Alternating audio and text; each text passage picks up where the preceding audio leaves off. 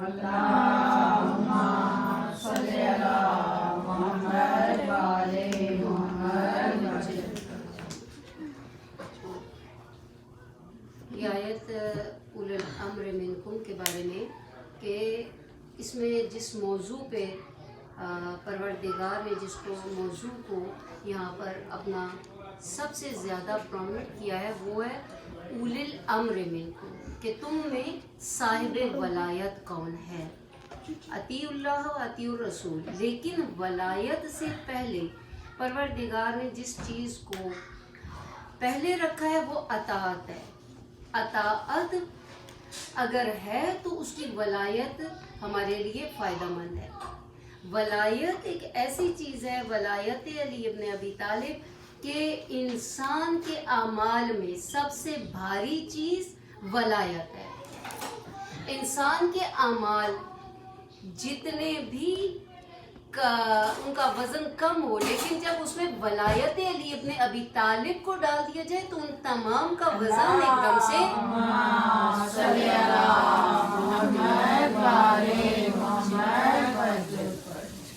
इंसान को जब कब्र में डाला जाता है तो कब्र में डालने के बाद एक इंतहाई वहशत का आलम होता है, एक इंतहाई तन्हाई का आलम होता है।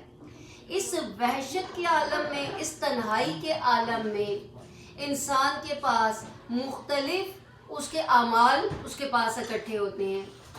जब वो मुनकर और नकीर सवाल कर रहे होते हैं और एक तन्हाई का आलम होता है, उसके अपने उसे छोड़ के चले जाते हैं, इसमें उसके आमाल एक एक करके उसके सामने हाजिर होते हैं। जब उसके आमाल हाजिर होते हैं तो उससे उनको जब सुकून मिलता है, वो पूछता है कि तुम कौन हो। एक तरफ से दाएं तरफ से उसकी नमाज आती है, बाएं तरफ से उसका रोज़ा आता है, पैरों की तरफ से हज आता है। इसी तरह से जब आमाल इकट्ठे होते जाते हैं एक एक करके उसे सुकून मिलता है और वो पूछता है कि तुम कौन हो। यहाँ पर सबसे पहले जो चीज़ उसे बताती है कि मैं नमाज हूँ। पहली चीज़ क्या है? वो जो उसे बताती है मैं नमाज हूँ, वो नमाज होती है। अगर उसने नमाज को वक्त पे अदा किया है तो वो जैसे ही कब्र में उतरता है वो नमाज हाजिर हो जाती है। लेकिन अगर उसने वक्त पे अदा नहीं किया है नमाज को, जब उसके पास मुनकर और नकीर आते हैं, खौफ होता है, वहशत होती है और उसके ऊपर एक डर का आलम होता है, तन्हाई होती है, यहाँ पर जब बहुत सारी देर के बाद उसके पास नमाज आती है और उसे सुकून मिलता है तो वो पूछता है कि तू कौन है। वो बताती है मैं तेरी नमाज हूँ। वो कहता है अगर तू मेरी नमाज है तो इतनी देर से क्यों आई है, इतनी देर से क्यों आई है? मुझ में एक वहशत थी, एक तन्हाई थी, मैं यहाँ तन्हा था, यहाँ पर मैं डर रहा था, एक खौफ था, तुम कहाँ थी? तो नमाज कहेगी जितनी देर से अदा किया था मैं उतनी देर से हाजिर हुई हूँ। जिस वक्त में मुझे अदा किया है मैं उस वक्त में हाजिर हुई हूँ। इस तमाम आलम में इतने में वो देखेगा कि एक इंतहाई हसीन जवान हाजिर होता है और उसके आने से उसकी कब्र रोशन हो जाती है और कब्र रोशन होने के बाद उसको सुकून मिलता है, वो वहशत दूर हो जाती है, तन्हाई दूर हो जाती है और उसके ऊपर सुकून की हालत छा जाती है। यहाँ इंसान उससे पूछता है कि ए जवान तू कौन है जो मेरी कब्र में हाजिर हुआ है, इस तन्हाई के आलम में, इस वहशत में जो मुझ पर आए हो, तुम कौन हो? ये जवान कहता है कि मैं अली इब्न अबी तालिब की वलायत हूँ।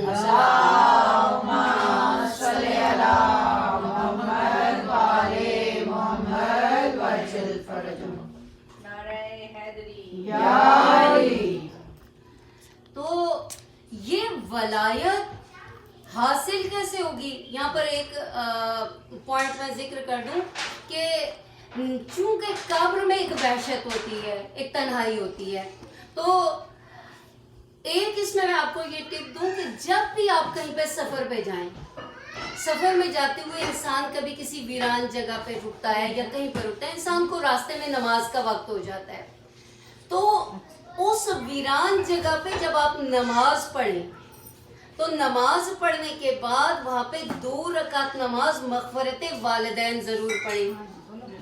2 رکعت نماز مغفرت والدین پڑھ کے پروردگار سے دعا کریں کہ اے پروردگار اس ویرانے میں، اس وحشت زدہ جگہ پہ میں نے تیری نماز ادا کی، تو میرے ماں باپ کی قبر کی وحشت کو دور فرما دے۔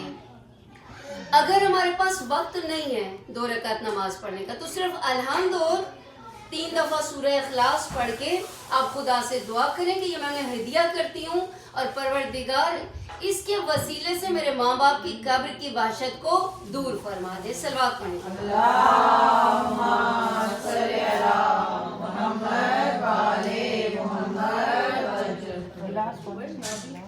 تو آیت میں ذکر ہو رہا ہے اولی الامر کا۔ پروردگار کہتے ہیں اطاعت کرو اللہ کی اور اس کے رسول کی اور اولی الامر کی۔ اولی الامر میں یہ لفظ اولی لفظ ولایت سے ہے، یعنی جو امر کا مطلب ہے حکم دینا۔ امر دینے کا مختار کون ہے؟ امر دینے کا مختار وہ ہے جو صاحب ولایت ہے۔ اولی الامر جو بھی حکومت پہ قبضہ کر لے یا جو کوئی حکومت کو حاصل کر لے، وہی آپ کو حکم دینے کا مجاز نہیں ہے، حکم دینے کا اختیار اسے ہے جو صاحب ولایت ہے۔ یہ صاحب ولایت کی اطاعت پہ عمل کرنا واجب ہے۔ کون ہے صاحب امر؟ کون ہے صاحب ولایت؟ سورہ مائدہ میں پروردگار فرماتا ہے انما ولیکم اللہ ورسولہ والذین آمنوا الذین یقیمون الصلاۃ ویؤتون الزکاۃ وہم راکعون۔ صاحب ولایت وہ ہے کہ جو اللہ کے بعد اور رسول کے بعد جو کہ نماز کو جب قائم کرتا ہے تو وہ رکوع میں زکوٰۃ دیتا ہے۔ یہ صاحب ولایت کی صلی علی محمد وعلی محمد وسلم۔ اس آیت میں پروردگار نے جہاں بے شمار اور سے نکات ہیں، ان میں چند نکات یہ ہیں۔ ایک نکتہ یہ ہے کہ پروردگار نے پہلی چیز کہ ولایت کیا ہے، پہلی چیز پروردگار نے جس کی وضاحت کی ولایت کیا ہے۔ دوسری چیز اس ولایت کا سٹینڈرڈ کیا ہونا چاہیے، اس کا معیار کیا ہونا چاہیے۔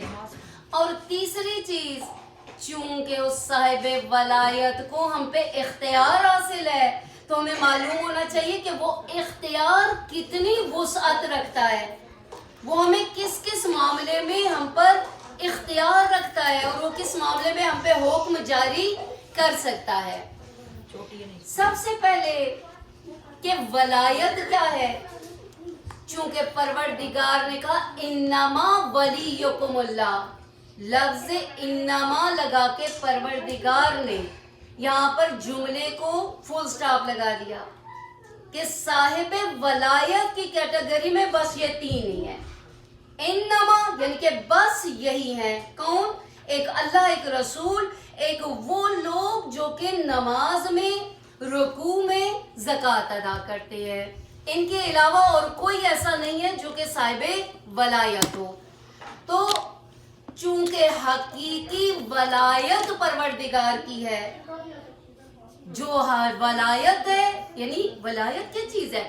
ولایت یعنی وہ سسٹم جو کہ پروردگار نے بنایا ہے۔